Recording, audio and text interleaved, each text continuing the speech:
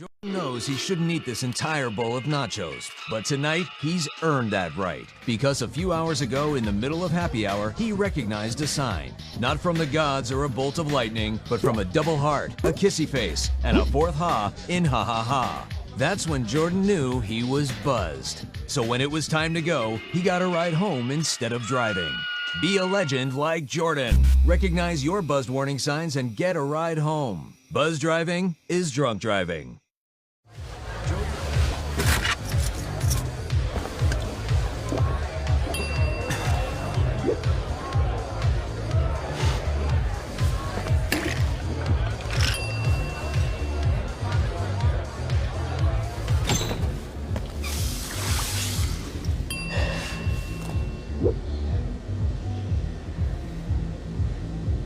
If you need to do something to feel okay to drive, you're not okay to drive. Don't drive buzzed.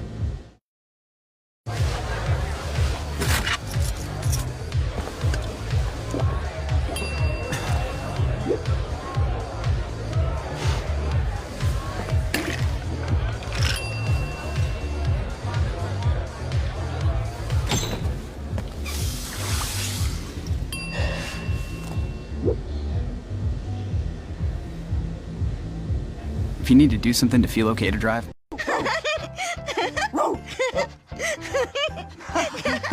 What is it, Julia? Why are you so excited, honey? Hey, do you want to use your talker? With Julia's autism, using a talker can help her find the words she wants to say. My dog. You want to do something with Rose, Julia? Play ball. Do you want to play catch with Rose? I think Rose is excited to play catch too. Oh, Julia, you show us so many different ways to talk together. Oh, and play. Good catch, Rose. Okay, give Julia the ball. There you go. Okay, throw the ball, Julia. Oh, For Julia's family, early screening for autism made a lifetime of difference. Find out more at screenforautism.org. okay, Julia, there you go. Whoa, another good throw. That's the way.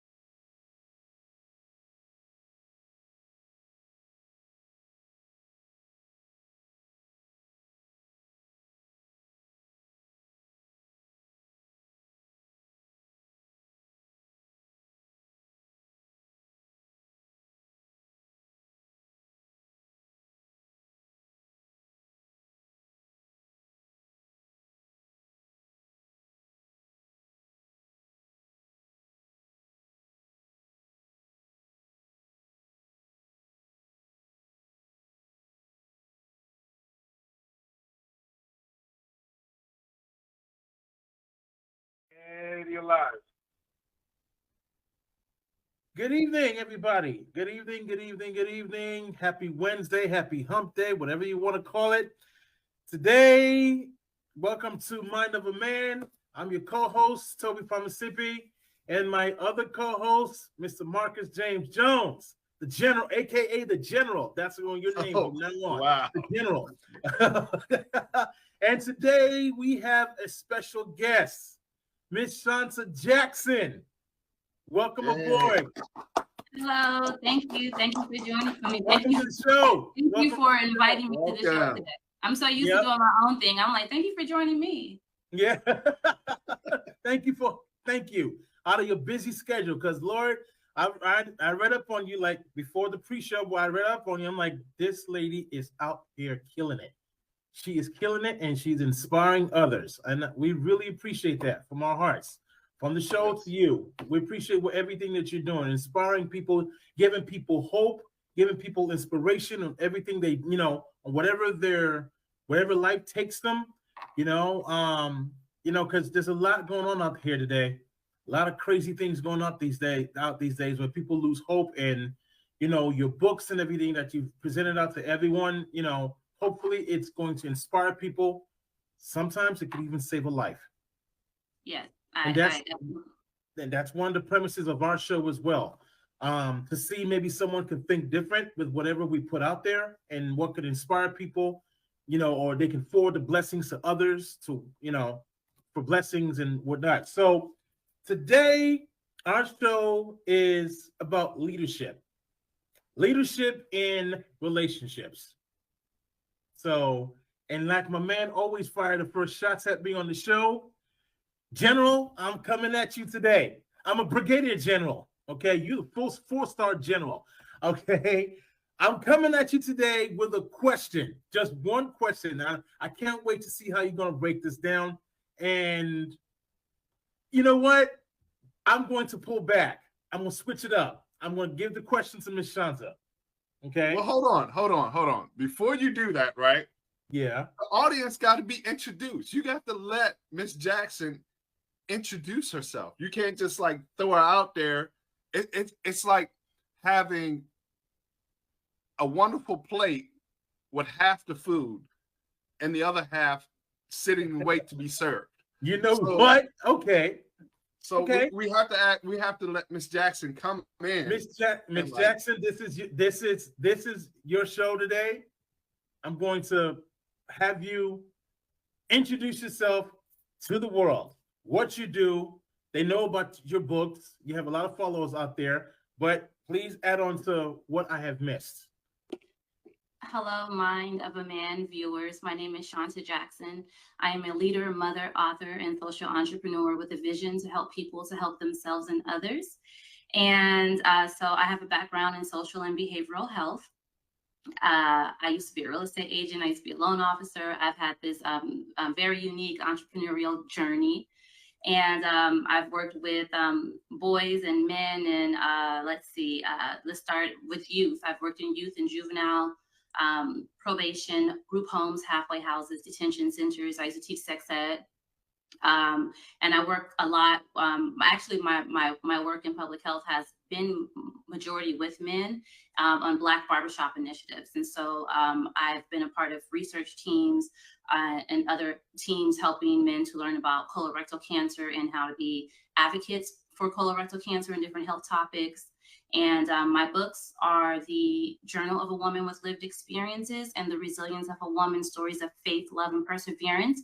And even though I'm a woman, so that's why the book is entitled A Woman with Lived Experiences, or The Resilience of a Woman, but I also have a lot of male readers. And I'm actually working on my third book that I plan to release in the first quarter of 2023. And this book is specifically for men. So men are giving me the topics to write about, and men will also help to design the cover and the content just from everything with the book. So I'm looking forward to that. And thanks for having me again. Oh, thank you. All right, Tobie, now you can introduce your first question. It's just one simple question. Should leadership be balanced in a relationship? Or leadership should solely be deferred to the man? I thought about that question when I woke up this morning. I said, I'm gonna get the general on this one. But then I remembered Ms. Shawnta's coming. So you know what? I'm gonna open the floor. Who wants to take the first crack at it? I mean, you already put me out there, so I can start if you don't mind. Is that okay? Yes, sure. ma'am.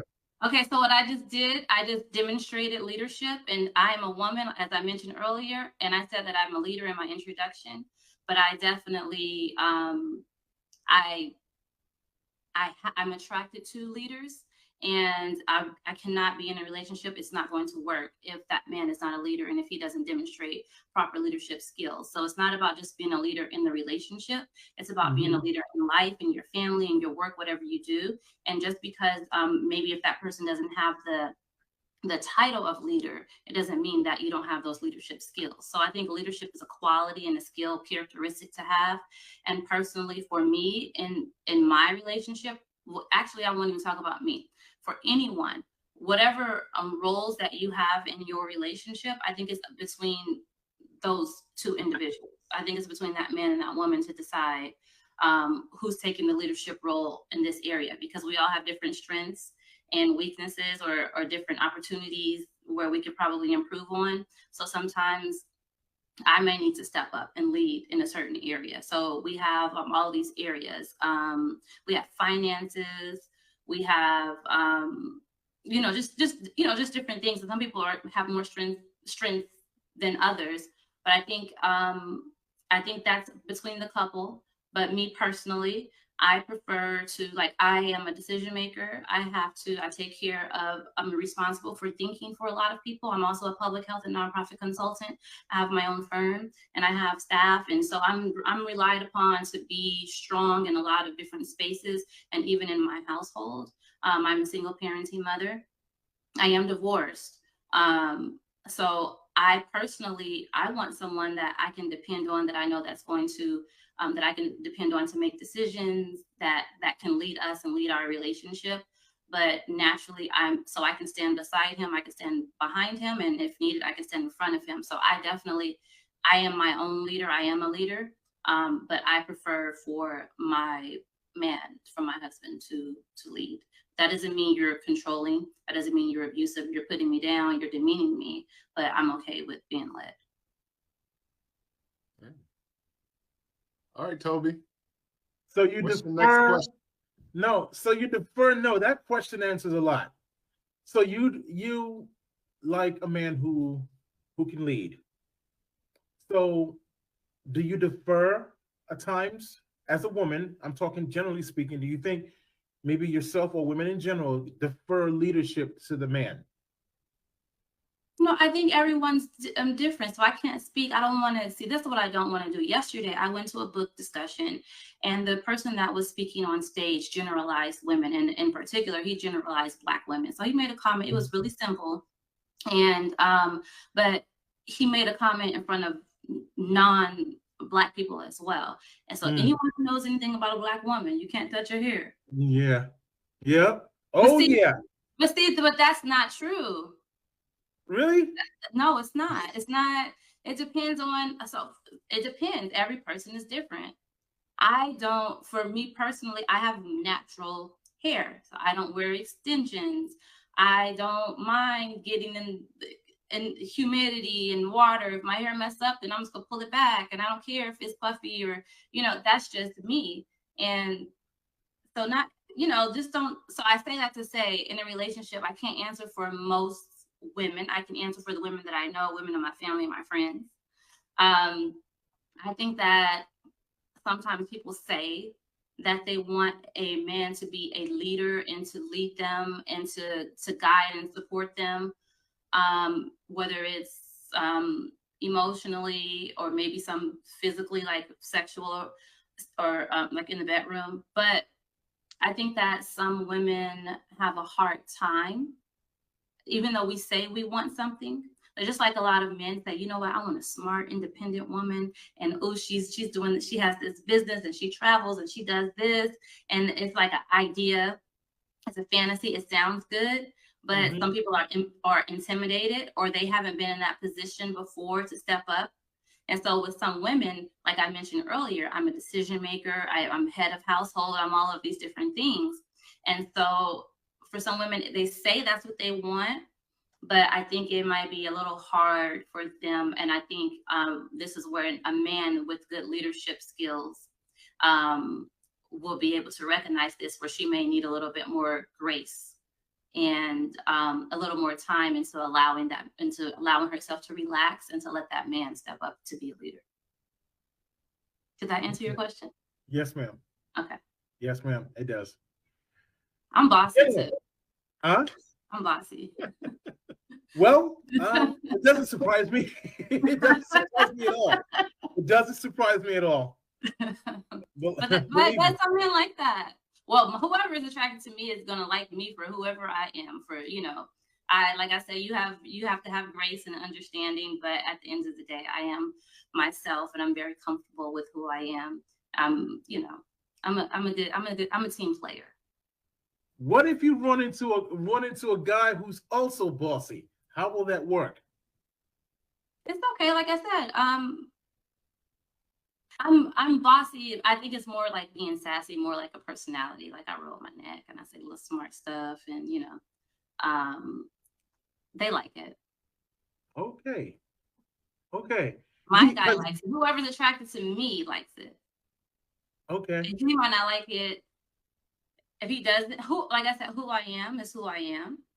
Mm-hmm. And if I'm not for you, then I'm not for you, and that's okay. Okay. Yeah. Because looking at you, see, you can never judge a book by its cover. Because looking at you, you look like the laid back, just chill, type person. Kind of like, like she's just cool and laid back. But once you get in her way, it is on. It is on. So that's a good thing, though.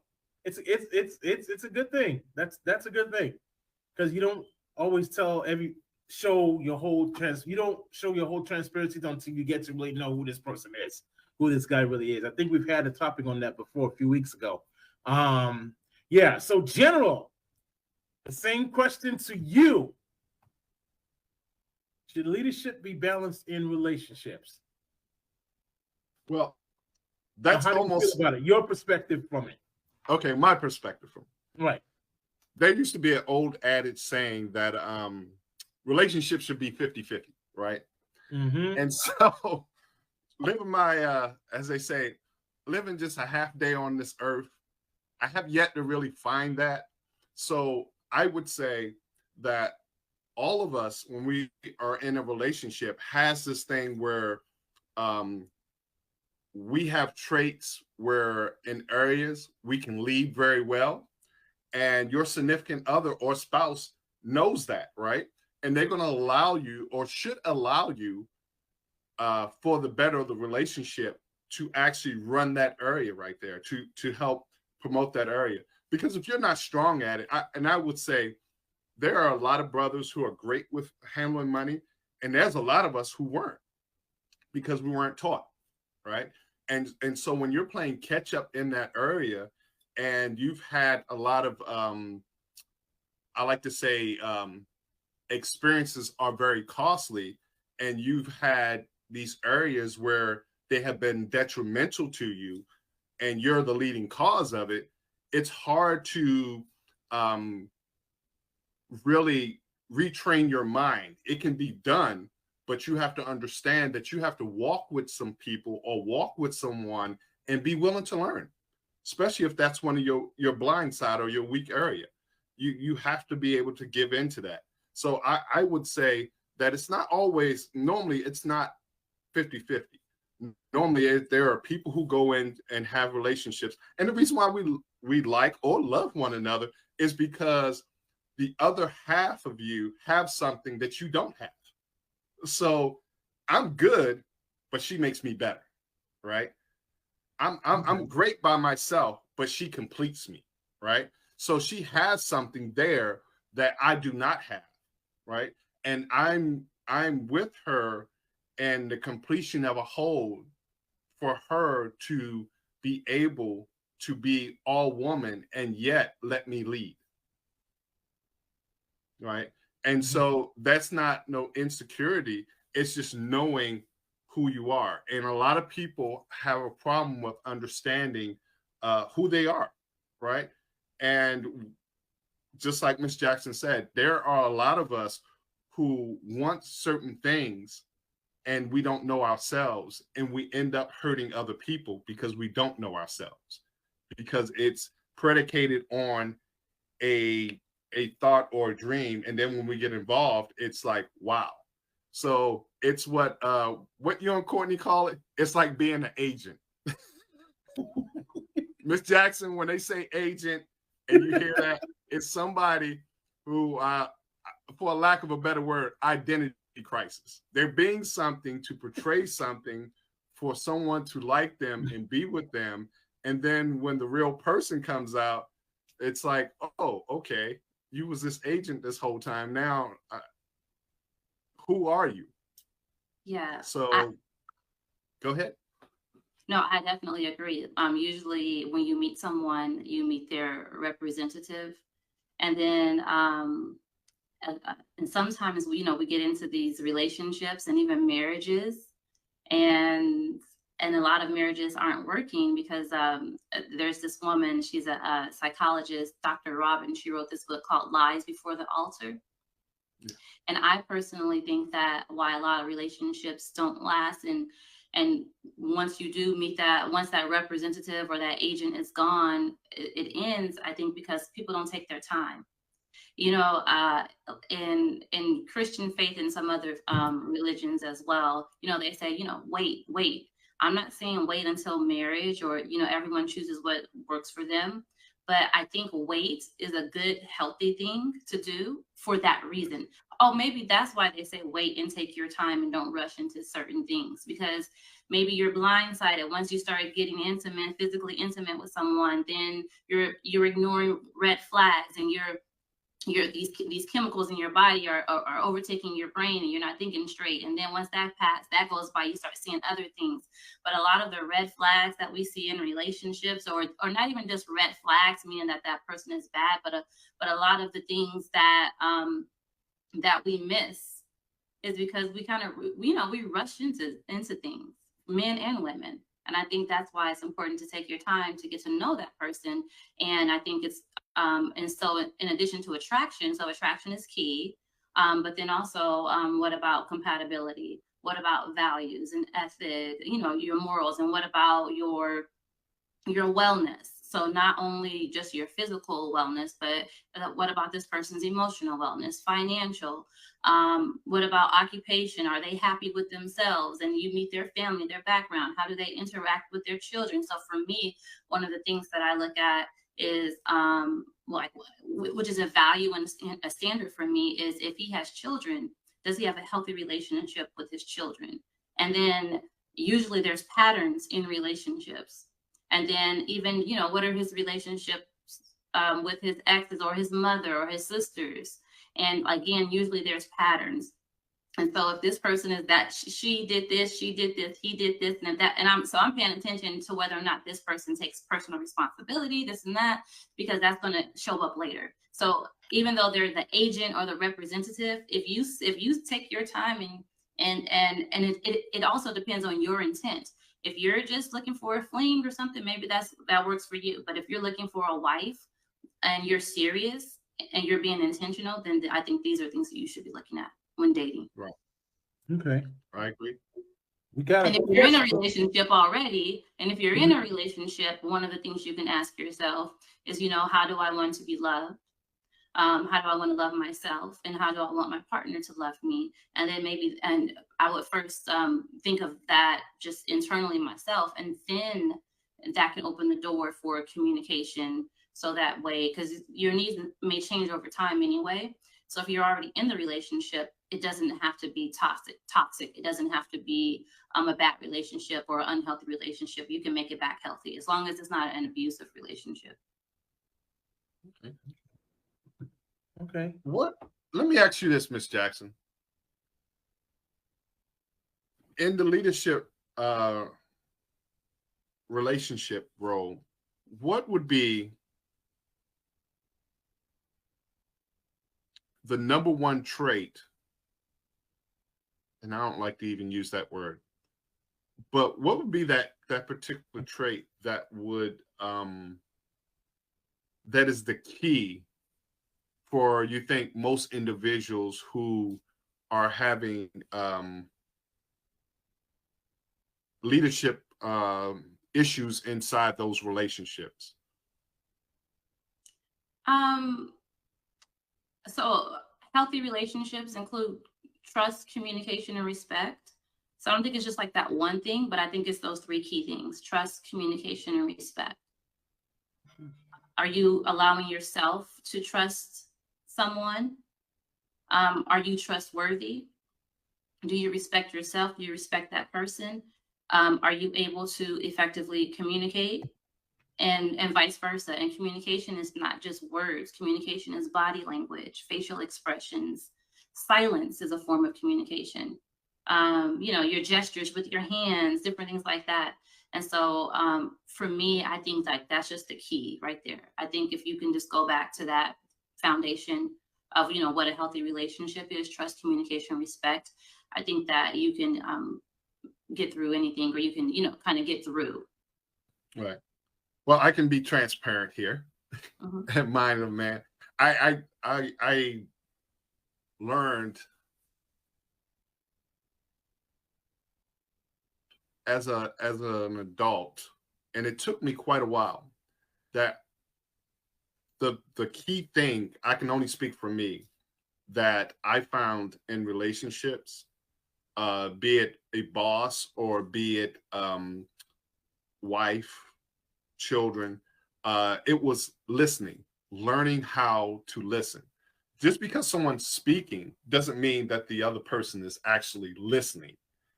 And I had to learn that key element, because in order for me to respond, I have to really listen to what you're saying. And that was I think I had to learn that very well being in the military, because if not, it was very detrimental to other people around me, especially being a leader. What are one of the key things? Because I think I just asked you that, and I know you said it's not just one thing, but that key thing of cohesiveness in relationships, be it a male, female, or even something we don't talk about a lot. I try to talk to about Mind of a Man, is even from the church house to at work. Yeah, I think it's self-awareness, like your own emotional intelligence. So if I have to give a response just for one word, I think it would be self-awareness. Self-awareness. Okay. Mm-hmm. Because when you're doing good, bad, if you need to improve, you're assessing things, you're reflecting. You can say, "Oh, she was talking and I wasn't listening," or I was listening to respond so that I could respond. So I wasn't actively listening, or I was listening, but I wasn't understanding or trying to understand. So if we have a disagreement or something is not right, what role did I play in this? My level of self-awareness. Or even if it's something positive, it doesn't always have to be about an argument, just my level of self-awareness. But I really like when she does this, or I really like when we communicate this way, and this is how this made me feel. And so again, I think it helps, that level of self-awareness helps with your decision making and your communication and your leadership in your relationship. Okay. I'm sorry, Tobie, if I stole your thunder, but you can go ahead now. Okay. I actually have a question from a viewer. And this is from Daniel Fagan. It says, if our relationships are governed by 50%, 50-50 share, where's the other 50? Learn your mate and yields to the stronger person that has the gifting that you don't have. I personally don't think that relationships are 50-50. I don't either. Yeah. So I don't. When I discovered that relationship is not 50-50? After my divorce. That was when I discovered, like, you know what? It has to be 100-100. You got to put 100 in that relationship And if the man loves you or the woman loves you, you got to throw that 100% in it as well. I'm standing. That has been my new rule and new policy now, even in my current relationship. It's 100-100. It's not 50-50. Like this gentleman just said, Mr. Fagan, where's the other 50? And I'm like, whoa.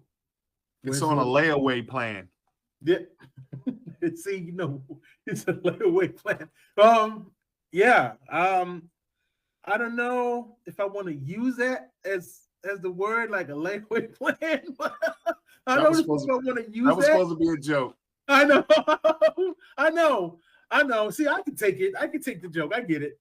But yeah. Yeah, I don't know.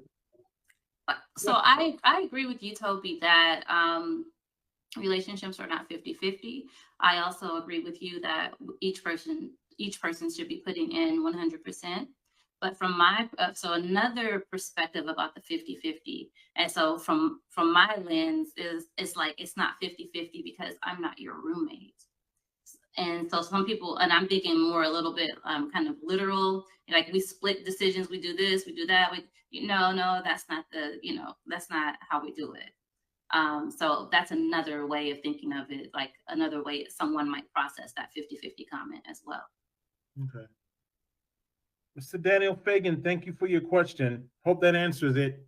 If not, please send a follow-up question. Yeah,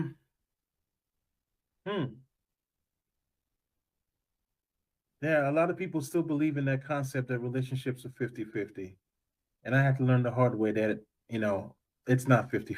It's not 50.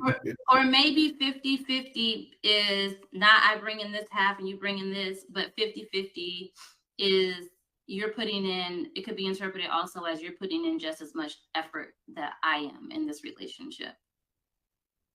Yeah. Well, it could be seen as that way too. So again, you will have to talk to people to see what, 50-50, we might all three of us, and then you ask 10 more people, you might get 10 more different definitions of what 50-50 is. Mm-hmm. So again, that's where that communication comes in so that you can be able to articulate, what it is that you think a good relationship looks like and what you expect out of that relationship and what you expect out of yourself and your partner. Yeah, I agree. General, would you like to add? No, I Miss Jackson. Okay, I'm gonna get out of the out of that realm of one-on-one, but now I'm gonna take you. I want to take you to about leadership and relationship when it comes to the church. What does that look like? That's a good one.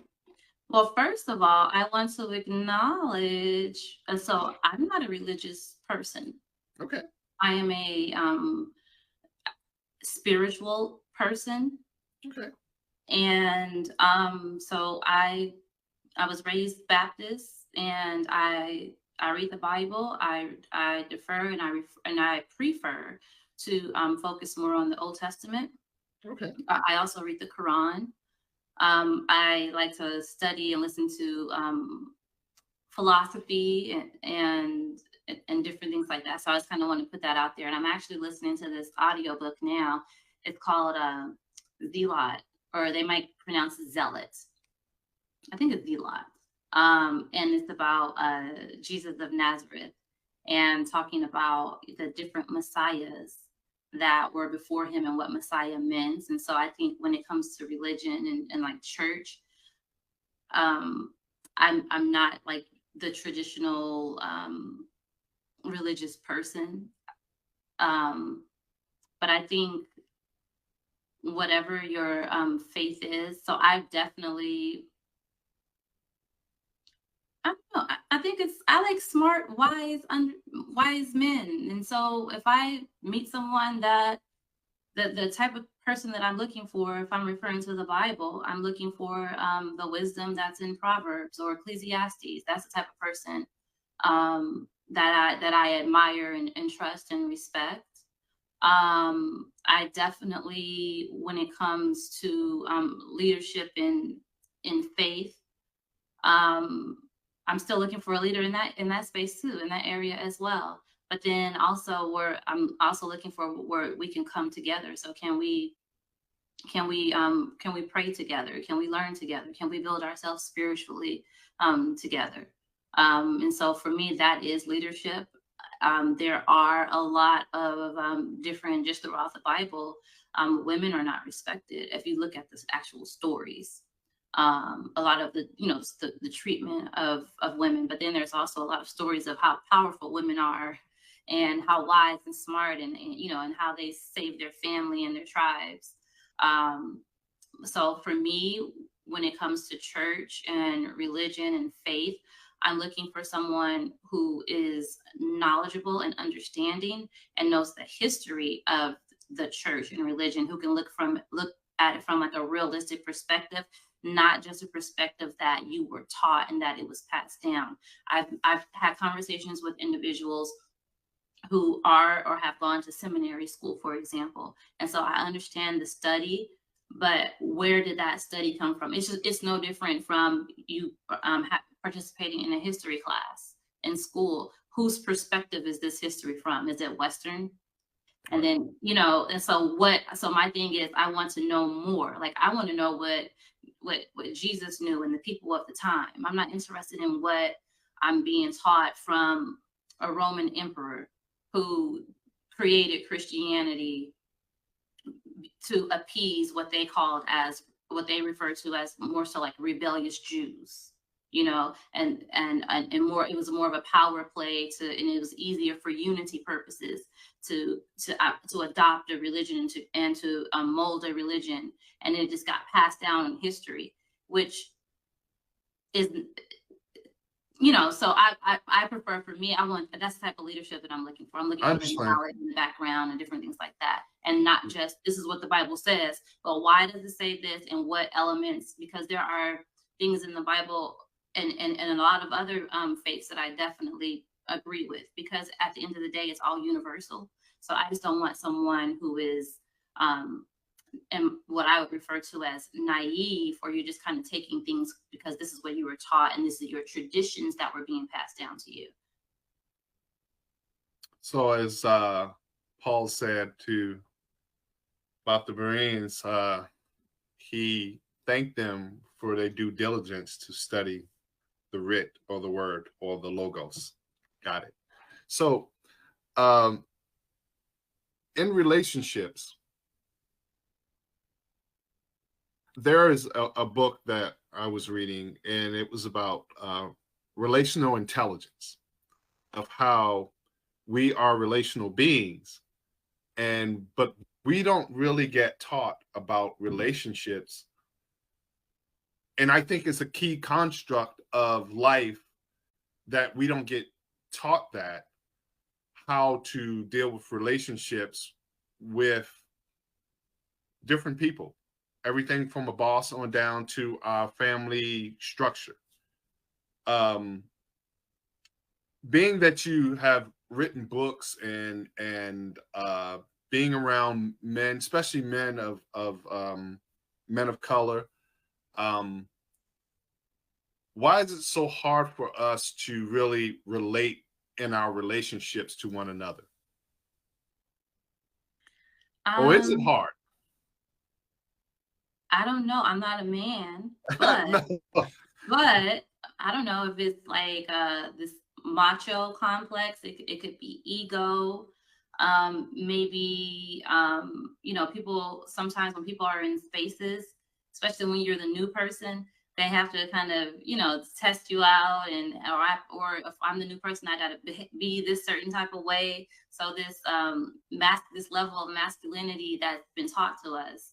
And I won't refer to it as toxic masculinity, but just a certain level of, that could possibly be it.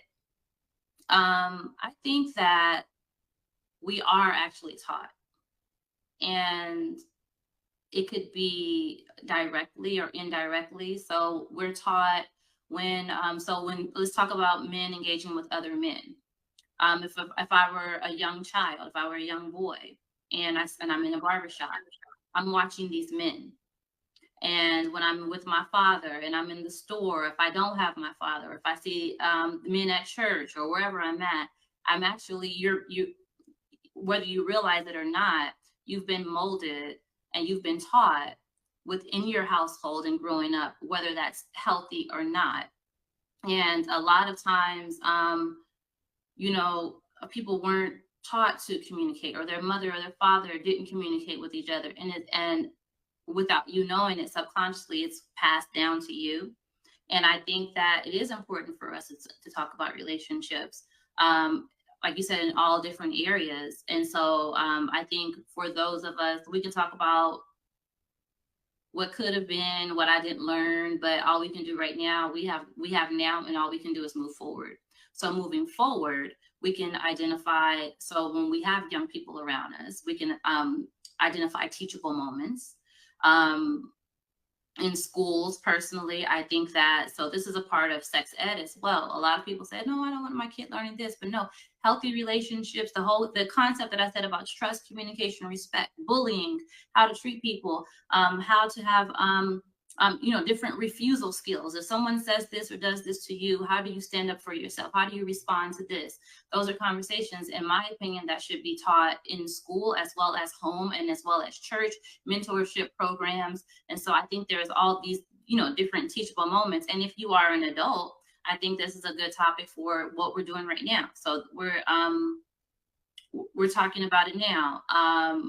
Barbershops, different settings. I think somebody has to be a leader and step up and have the conversation, in those settings. But I think that we are taught. I think we are definitely taught, whether we think so or not, whether it's good or bad. Like I was taught, like I had to ask myself in one of my journal entries, I said, what did I learn from my parents about relationships? So my background, my parents, both of my mother and father, are very involved in my life, and I have good, healthy relationships with them. But neither one of my parents have been married. My parents were not married. I do not have a childhood memory of my parents being together. My father was always, he took me to modeling school. He made sure that I was in cheerleading. I went on field trips. I went hiking. He was always there for me financially. He would help me with homework, even if it was over the phone, and he always lived near. And so I have all these great memories of my father, but I don't have an experience necessarily with my father being in my household. I did move with him when I was 16 and I graduated high school with him. But so I had to think, like, what did that teach me about relationships and men? And so personally, I don't know what it is about me. And so in addition to the leadership, and I'm also my dad's only child. So I was a spoiled child, and my mother, she gave birth to my brother when I was about 12 and a half. So I'm almost 13 years older than my brother. And so we both still grew up as only children, because I ended up moving with my dad. And so just that dynamic of a man always being there, but not necessarily in the house. And so my level of patience, my understanding, so I could date someone that lives in another city, or maybe that travels a lot. And I see him, and I look forward to seeing him, because that's kind of familiar with me already. Right. I see your point. Yeah. So different. And my mother is a single woman, and I've never really seen a man love and provide and protect for my mother, so what did that teach me about relationships, and how do I want to be moving forward? Do I want to be in that same situation? My grandmother, aunts, and I only have one uncle that's on my dad's side that's married. My mother's brothers are married. So just those different type of relationships, it does impact you, and it does Right. shape you. So I think, again, back to that level of self-awareness, I think that's what matters. I appreciate that. Me too. A lot. Go ahead, Tobie. No. I too. Go ahead, James. No, I was just saying that I appreciate that. It gave me something to learn. When you pay attention, you learn something. So, yeah, go ahead, James. You got the floor. I got the floor again. I'm always amazed that, and I say this quite often. you're always being watched. Somebody's always watching you. It's and I'm a firm believer that you're always teaching and you're always in school. No matter where we are in life, we are we're being taught and we're consistently learning. We're taking in data, and where we act on that data or not, we get to make the choice. But when it comes to our relationships, I think we had this talk before a few weeks ago about, or maybe about a month ago, about in dating, just because you've been married for a long period of time does not mean that you're still not collecting data on your relationship with your significant other. And so in leadership, we understand, just like certain things, when we change, people do change. And they change their taste. And they change their habit of how they eat. And all this information that you're getting, you adapt to, and we try to make adjustments for. So what adjustments do you make, Tobie, or Miss Jackson makes, that you have realized in the last year that has drastically changed in the relationship?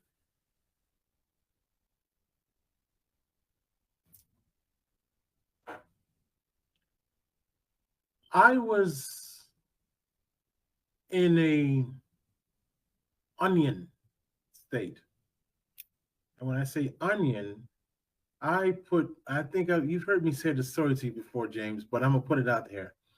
I know my fiance peeled a whole ton of onions off of me. I put her through hell. And I didn't mean to, but she never gave up on me. And for the first time in my life, she taught me that it's okay to leave yourself, to be unguarded. Because I was always on guard because for my previous life. And, because that person, unfortunately, was very secretive. And I thought that was the way to go in a relationship. I didn't know no better. I thought, okay, this is what we're doing, and this is what relationships is like when you get married. And until I was taught different, that it's okay to be yourself. So what I've learned over not just 1 year, Marcus, but over the past 5 years, 6 years, I've learned. It took a while. It took a long time. And I'm so grateful she never walked away from me. She never judged me. She kept peeling the onions off of me. She kept peeling the onions because I had really frustrated her. Not being open, not being, open. I'm not going to necessarily say deceptive, but just not saying anything and just go do what I want to do. And it's because of the past life I had. So I credit my current life right now for not giving up on me, giving me a chance to, and she was patient. Was her patience tested? Yeah. Peeling the onions. So to answer your question again, James, she told me it's okay to be me. It's okay. There's no judgment. Okay to be you. It's okay. She will not judge me or anything, and she accepts me for who I am. I'm the laid back, chilled one. She's the her. She's a more crazy, flamboyant one. But she says I wouldn't say she's crazy. No, it's a good crazy. There's good crazy and there's bad. There's a good crazy and okay. Bad crazy. I wouldn't label that. I wouldn't label her as crazy. Well, she accepts it. She said, "I'm true to myself. Accept me for who I am. If you don't like it, there's the door. If you don't like it, don't look at it." So, But I wouldn't call it. I wouldn't label that as crazy. No, she knows what I mean. She knows what I mean. I know she's going to watch this tonight. So, honey, you know what I mean. Okay, she knows what you mean. All right. Miss Jackson. So what I would like for you to do, if you don't mind, James, if you could just repeat the questions, because I want to make sure that I answer. I was so into Tobie's response, and so if you can ask me again, just so I can make sure that I answer the question directly. Yes, ma'am. I ask, in relationships, what was the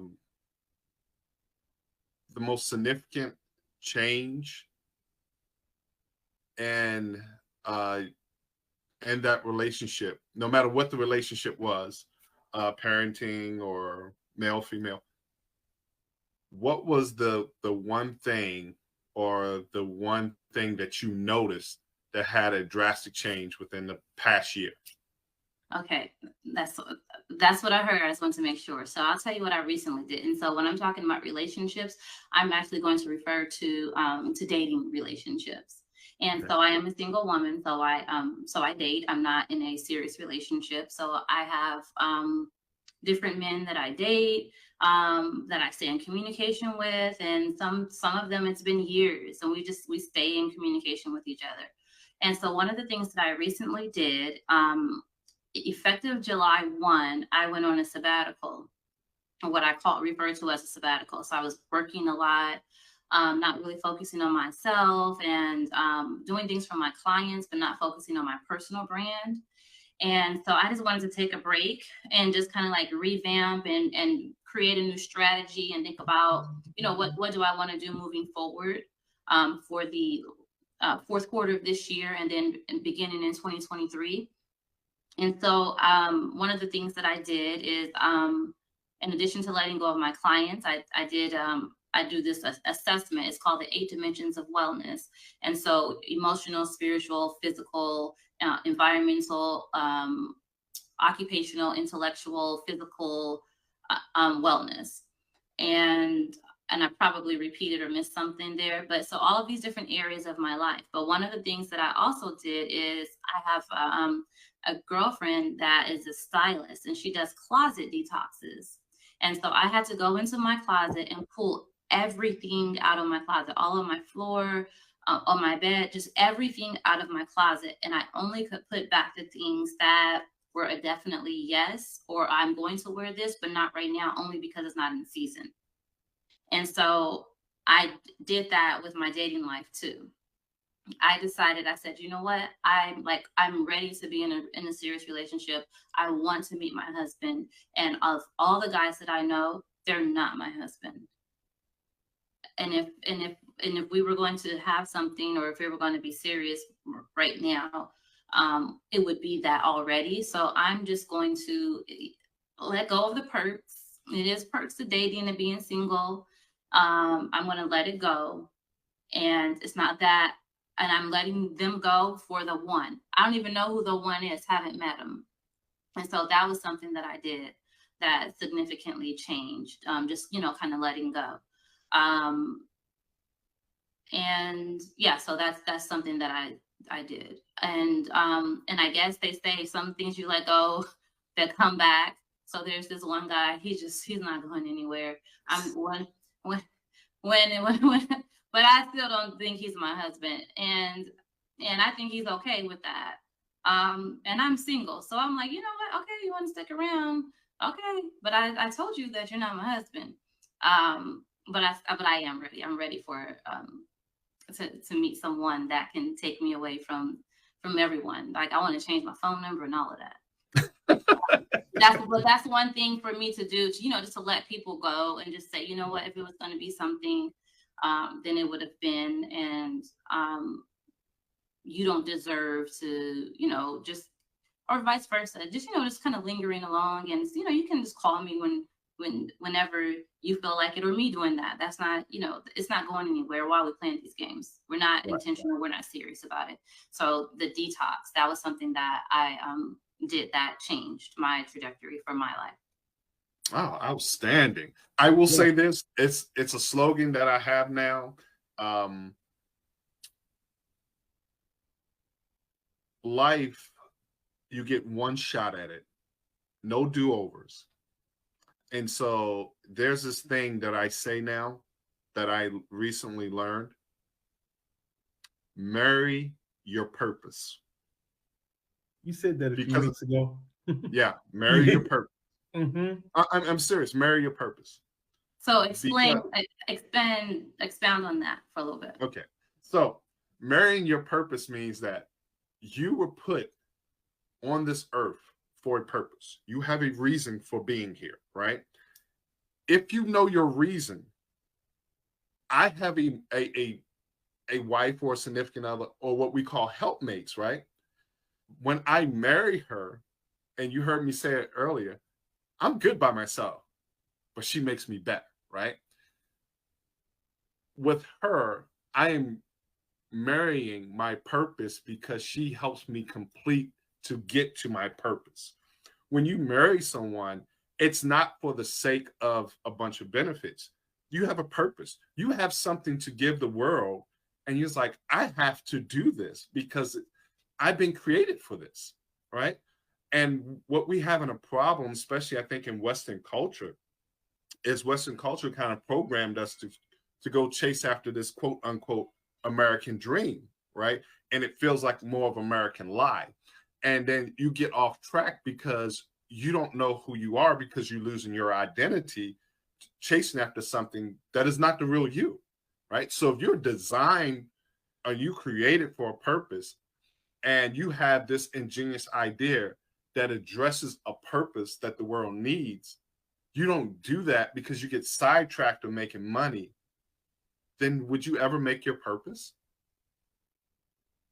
No, because you're getting sidetracked of being really what you created for, and for that reason. So the person who you marry understands and sees your blind side, because we don't get to see our blind side. Someone says this: marriage is a reflection, right? It shows you who you are, right?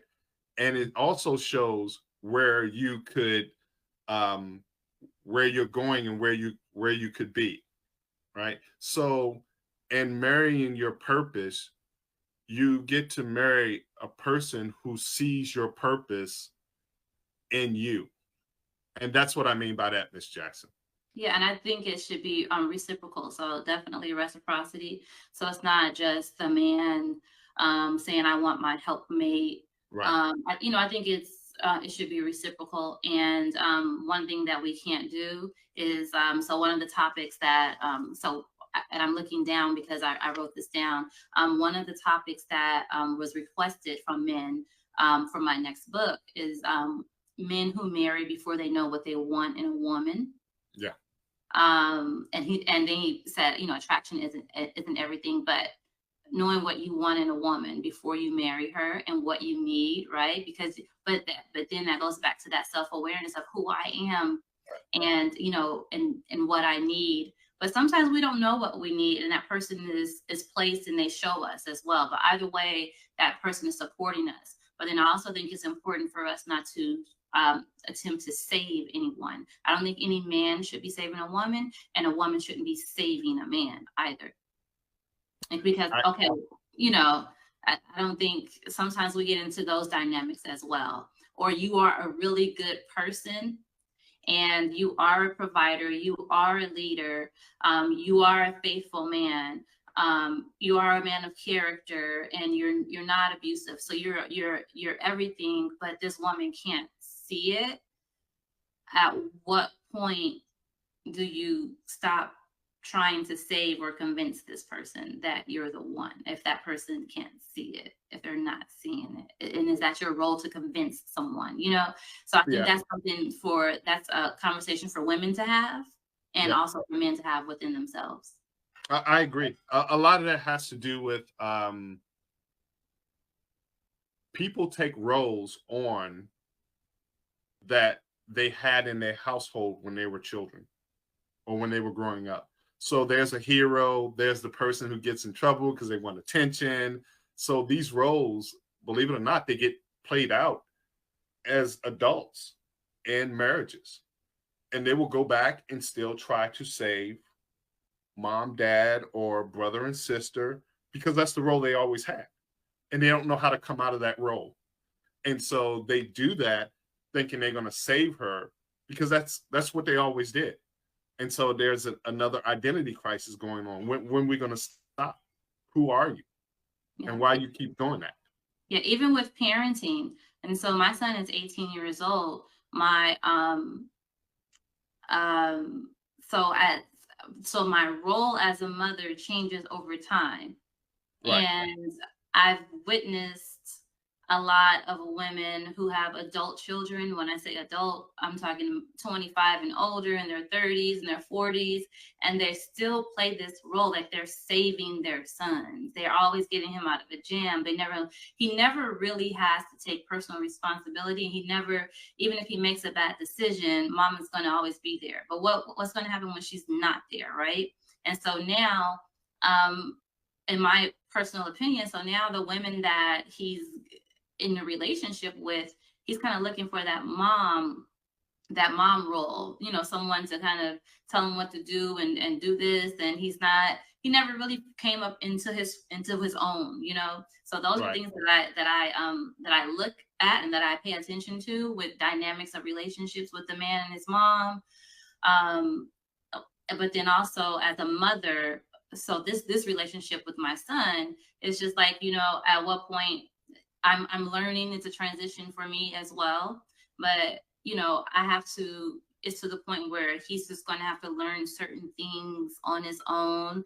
I can mentor, advise, and coach him, but some things I can't say from, or I can't do it for him, or I can't be, just checking, where are you? Did you do this? Did you do your homework? He's not a child. He's in college now, and so I didn't have to know when to step back. So so definitely those roles. Well, we thank you, Miss Jackson. We appreciate you. I'm gonna give Tobie the last word out. I'm gonna let him close us out, Miss Jackson. It was wonderful. It was beautiful, and we deeply appreciate it. Tobie, it's on you, my friend. Miss Jackson, it's an honor having you on the show.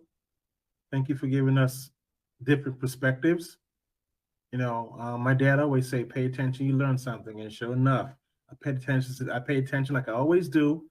And, I take a lot off the table here today. So we've been told by our producers that we have to have a continuation of this topic, part 2, next week. So if you have time, same time next week, we would like for you to come back. And by then we will probably have questions. Questions will be coming. Yeah, more than likely. So we would like to see if you would like to return next week. Sure. I think that'll work out. That's the Wednesday before Thanksgiving. Yes. Yeah. Okay. I might be a little sweaty because I might be cooking and stuff, but I'm going to take a break. That's all right. That's all right. So, ladies and gentlemen, fans, people out there, we're going to have a sequel. I think it's the second time we're having a sequel, James. We're having a sequel to the topic, leadership and relationships, next week, same time. So, guys, thank you so much for today. For those who listened out there, and of course, it's on Roku. You can watch it on Roku later on today on demand. Courtney, our producers, thank you so much. And guys, we will see everyone next week, same time. James, thank you so much also for today. Ms. Shawnta, see you next week. Thank you. And in the meantime, you can follow me on social media at the Shawnta Jackson on Instagram and Facebook. Yes, everyone, you heard her. You can follow her on Facebook or on Instagram. What is your Instagram name? It's my name, Shawnta Jackson. So it's the Shawnta Jackson, THE. The Shawnta Jackson. Okay. Yep. And the same thing applicable for Facebook. That is correct. Okay. All right, everyone. You heard her. She'll be back next week. Get your questions ready. All right. Have a great week. And rest of the week, everyone. Take care. All right. Take care. Bye-bye. Bye.